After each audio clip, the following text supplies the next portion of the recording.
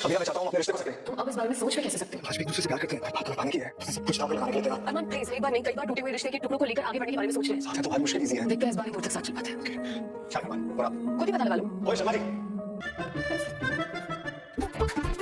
सो violent. तुम ना अपनी आंटी वांटी का जान जपना बंद करो, वरना वायलेंस सुना दूंगी। आपकी बात करने का अंदाज कुछ जाना पहचाना लग रहा है। ये रिश्ता क्या कहलाता है कि आने वाले एपिसोड होने वाले हैं ज़बरदस्त सनसनीखेज। अरमान जाता है अभीरा से मिलने और उससे कहता है कि हम पुराने रिश्ते को एक बार फिर से नया कर दें और एक हो जाएं। अभीरा कहती है नहीं, ऐसा अब नहीं हो सकता। अरमान कहते हैं तुम मुझसे प्यार करती हो, मैं तुमसे प्यार करता हूँ, ये सब जानते हैं और तुम भी जानती हो, और इसमें झिझकना क्या।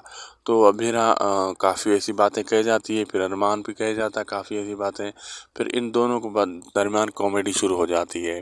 अरमान अभीरा को आंटी आंटी कहकर चिढ़ाता है, जिसमें अभीरा को गुस्सा आता है, तो अभीरा अरमान का चश्मा वगैरह तोड़ देती है, गॉगल तोड़ देती है।